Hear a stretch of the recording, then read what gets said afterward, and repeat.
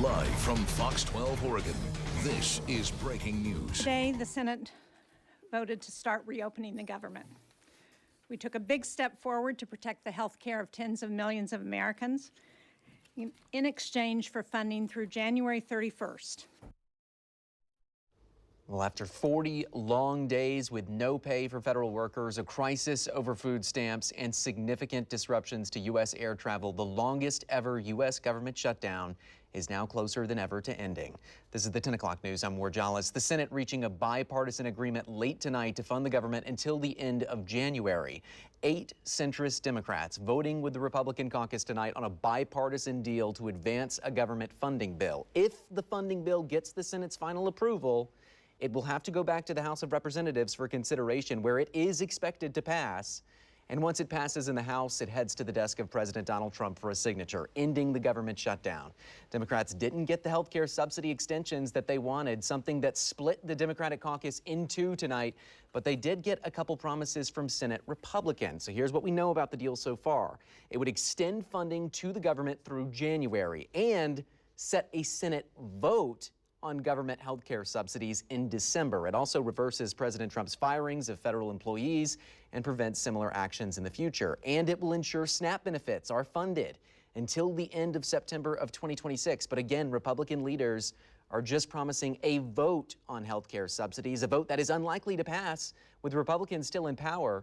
And that's causing some Democrats who voted against the funding bill tonight to call this deal, quote, meaningless.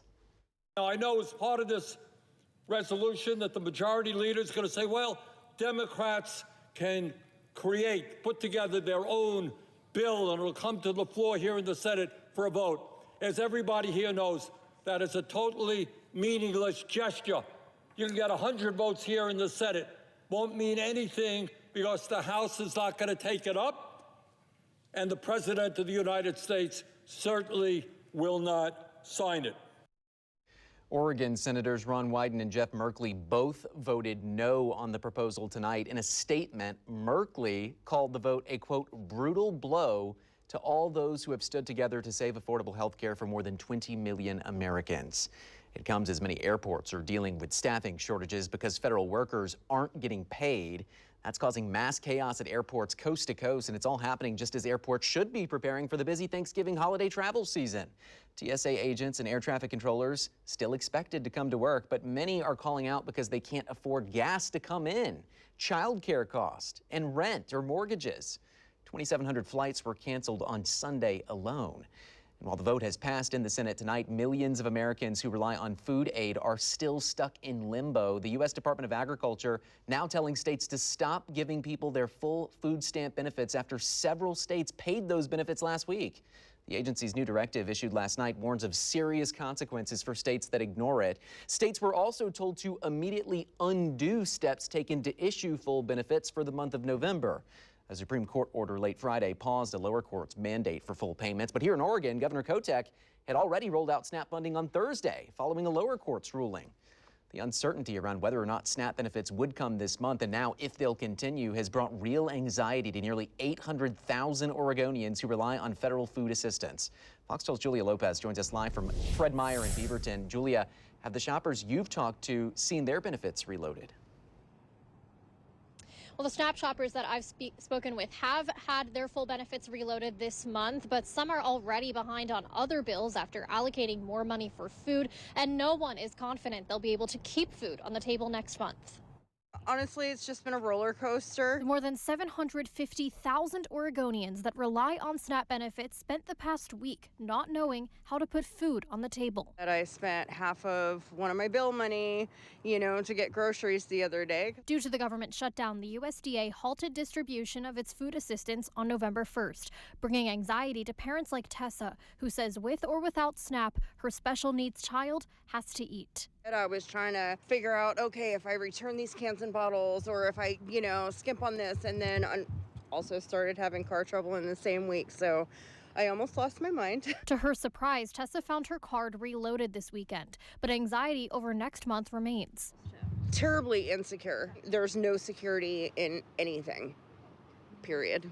David, another SNAP recipient, agrees, saying he's been on edge since seeing other federal cuts began back in January. I started spending less on food the last few months, whenever I could, and the difference was a few $100s extra on my EBT card because I was fearing this happening. The Trump administration has directed states that gave out full SNAP benefits for November, like Oregon, to, quote, undo any steps taken or face potential financial penalties. Governor Tina Kotek responds that she acted lawfully in compliance with the USDA, saying in a statement, quote, I am disgusted that President Trump has the audacity to take taxpayers' money away from them when they are in crisis.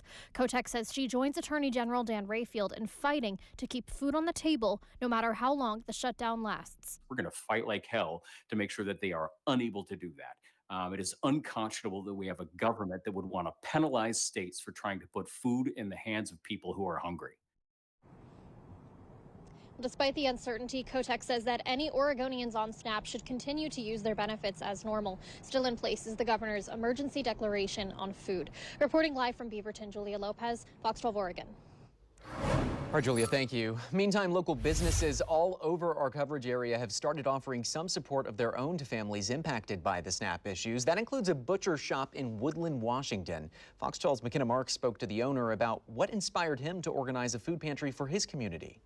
As families battle inflation and cuts to SNAP benefits amid the ongoing government shutdown, local businesses are stepping up. My whole philosophy was if we can help one or two families, it's totally worth it. James McPhee owns McPhee's Butcher Block in Woodland. The business opened its doors after the COVID-19 pandemic in 2022, providing its Southwest Washington community with quality, locally sourced meat. So we've got tenderloins, your ribeyes, your Wagyu chuck eyes. But when the government shut down and McPhee realized that many of his community members were going to be left without their SNAP benefits, he knew he needed to help. The goal is, if people are hungry, we're here to help. And the main focus is just community. Since McPhee stocked up the food pantry, fridge, and freezer, he said he's received an outpouring of support from customers. I've been out here, either cutting meat or just walking through or in the office, and people will grab me and, give me an extra $20 and say, hey, go buy some dog food or use some more milk or, what is it that you need? Although Washington State fully funded SNAP benefits for the month of November, the Trump administration is demanding that states undo those payments. So while the future of SNAP benefits in Washington State are unclear, business owners like McPhee say it's up to the local community to help each other through these uncertain times. At the end of the day, if someone's hungry, they shouldn't go hungry. It doesn't matter what side of the fence that you're on or what side of the aisle you're on. We're happy to give back. McKenna Marks, Fox 12 Oregon. And the government shutdown isn't over just yet. Tonight's vote was just procedural, meaning the Senate still has to approve a final version of the bill that's expected to happen as soon as tomorrow. Then the amended bill with the facets of this deal goes back to the House for consideration, where representatives will vote on it. That vote is expected to pass, and that could happen early this week. Then once the House passes the bill, it heads to the president to be signed into law. Stick with us through all of it. We'll be covering the latest from Washington and bring it to you on air and on the Fox 12 app. Tonight, police in Woodburn are trying to figure out what caused an explosion that left 3 people injured at a local motel. It happened last night around 10:45. Woodburn officers responded to a report of an explosion at the Woodburn Inn on North Pacific Highway. They found a man injured there just outside of one of the ground level rooms. Officers said it appeared the explosion came from that motel room. They found 2 more victims with burn injuries inside of that room. The 3 victims were taken to the hospital. They are expected to survive. No explosive devices were found at the motel, though, so now police are trying to determine what caused the explosion. Gresham police are asking the public for help in locating a missing man. 41-year-old Kai Santos, a double amputee and quadriplegic, was last seen yesterday at his care facility by staff who reported that he left the facility around 9:30 in the morning. According to police, it's believed that Santos scheduled a medical transport for himself and went to some unknown location. His family hasn't been able to contact him. Santos has very short black hair and brown eyes. Anyone who knows where Santos might be is asked to call 911. A Portland man is now facing DUI and reckless driving charges after a crash that sent 2 police officers to the hospital. It happened around 7 o'clock last night on Northeast 129th Place in Halsey Street when police say 47-year-old Zachary Kwok Lee was driving east on Halsey and made a left onto 129th Place and hit the officer's car nearly head on. The officer driving was able to brake and reduce the impact of the crash. Lee and the officers were then taken to the hospital. We're told the two officers will be okay. Lee was also released from the hospital and was booked at the Multnomah County Jail. Now to Southeast Portland, where we're getting new details about a deadly crash on Friday. An officer saw two cars driving recklessly near Southeast 119th Avenue and Division around 3 o'clock in the morning.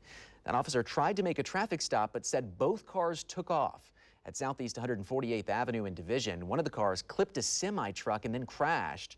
The driver, 35-year-old Jermaine L. Youngboyd, died in the crash. Investigators have not yet found the other car. Anyone with information is asked to contact Portland Police. An outbreak of botulism has left 13 infants in 10 states sick, including one baby here in Oregon. And officials say they've linked the outbreak to a popular baby formula brand. California health officials have confirmed that By Heart baby formula tested positive for the toxin. More tests are pending as state and federal health officials investigate the botulism outbreak that started in mid-August and has continued with new cases through November. Officials are warning consumers to immediately stop using the By Heart baby formula and have already recalled 2 lots of the company's infant formula. Thankfully, though, no deaths have been reported thus far. All right, let's take a live look outside right now from our Shriners Children's Hospital weather camera. Meteorologist Camilla Ortiz is joining us here in studio to talk about the beautiful day really that nice. We've had another beautiful weekend day, and tomorrow looks pretty also dry. promising. All yeah, right, nice. yeah. We'll take it, right? Exactly. Yeah, we've seen, I would say, mostly cloudy skies. We did get some sun breaks, though, yesterday and today. Fewer of those sun breaks, I think, tomorrow, but should still be a dry day for most of us. Here's the view outside from our Rivermark Community Credit Union camera.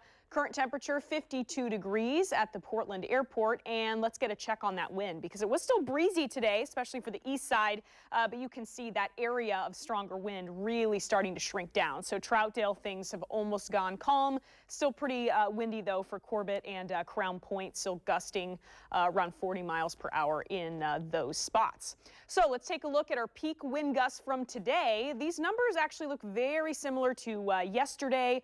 Peak gust at 65 miles per hour observed at Crown Point, which was closed today because of the high winds. Here in the metro area, the strongest gusts were in the 30s. You can see Troutdale Airport there peaking at 37 miles per hour. So next big change, things are going to go calm overnight tonight. So just light wind expected for your Monday. We do have a slight sprinkle chance, which I'll show you on one of our forecast models.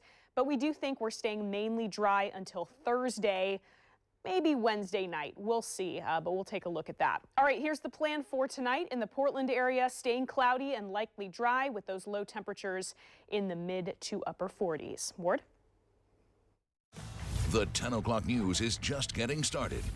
The Portland Thorns fight to keep their season alive and get to the league's Final Four. We'll show you the dramatic playoff finish inside Providence Park.